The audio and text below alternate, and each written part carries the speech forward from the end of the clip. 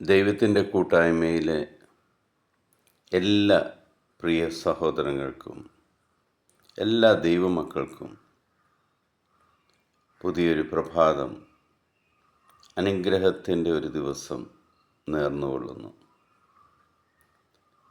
ഈ പ്രഭാതത്തിൽ ദൈവത്തോട് ചേർന്ന് നിന്നുകൊണ്ട് ദൈവവചനം കണ്ടുകൊണ്ടും വായിച്ചുകൊണ്ടും ശ്രവിച്ചുകൊണ്ടും ആ കർത്താവിൻ്റെ സന്നിധിയിലായിരിക്കുവാൻ ദൈവം നമ്മൾക്ക് അവസരം തന്നതിന് സർവശക്തനായ ദൈവത്തിന് നന്ദി പറയാം.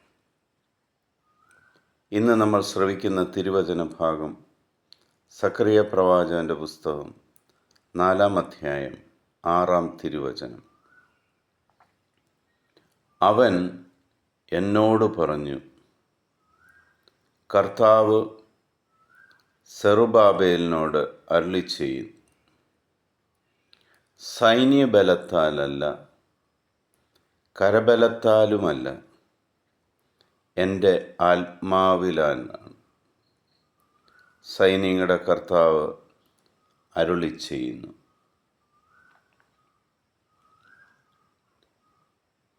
ദൈവവചനം നമ്മൾക്ക് നൽകുന്ന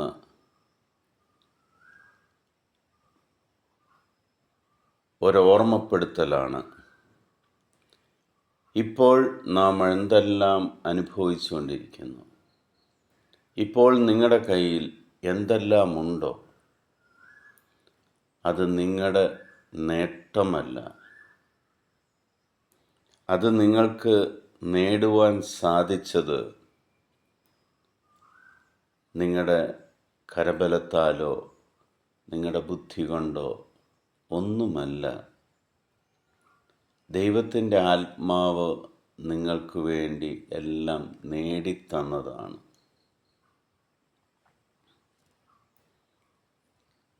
സ്വയം എൻ്റെ കയ്യിലുള്ളതിനെ ഓർത്ത് അഹങ്കരിക്കുന്നതിന് പകരം, ദൈവമേ, നീ തന്നിരിക്കുന്ന ഈ സമ്പത്ത് കൈകാര്യം ചെയ്യുവാൻ നീ എന്നെ സഹായിക്കുന്നതിന് ഞാൻ നിനക്ക് നന്ദി പറയുന്നു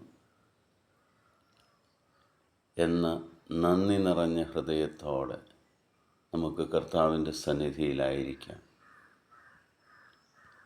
ഈശോ വളരെ വ്യക്തമായിട്ട് പറയുന്നുണ്ട്, കൂടുതലുള്ളവനിൽ നിന്നും കൂടുതൽ തന്നെ ചോദിക്കും.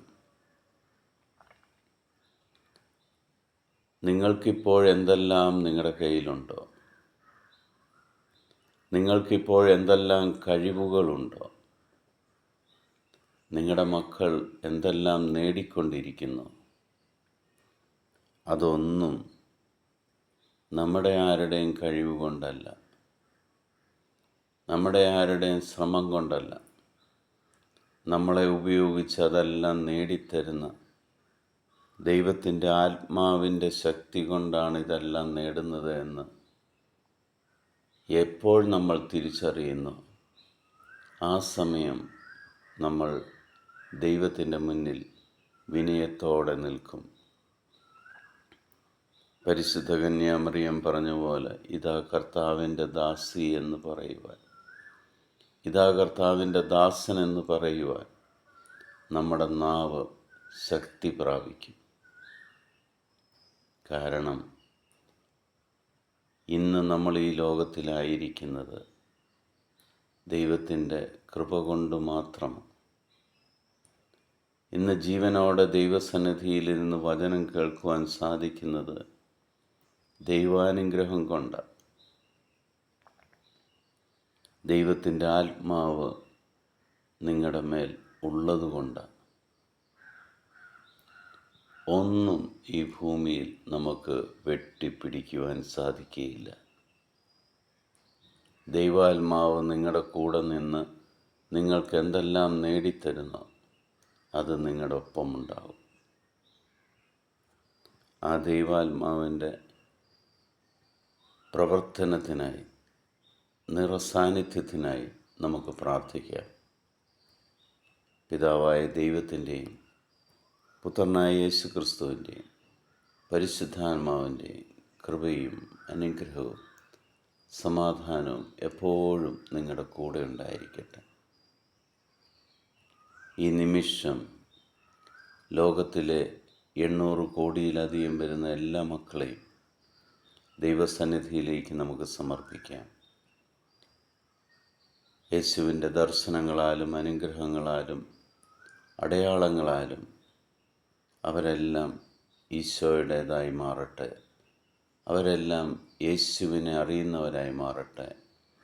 ഈ ലോകത്തിൽ സമാധാനം നിറയുവാൻ പ്രാർത്ഥിക്കുന്നു. നിങ്ങൾക്കിപ്പോഴെന്തെല്ലാമുണ്ടോ അത് 100 ഇരട്ടിയായി സമൃദ്ധമായിട്ട് ദൈവാത്മാവിനാൽ വർദ്ധിക്കട്ടെ എന്ന് പ്രാർത്ഥിക്കുന്നു. ഈശോയുടെ സമാധാനം സന്തോഷത്തോടെ ഞാൻ നിങ്ങൾക്ക് നൽകുന്നു.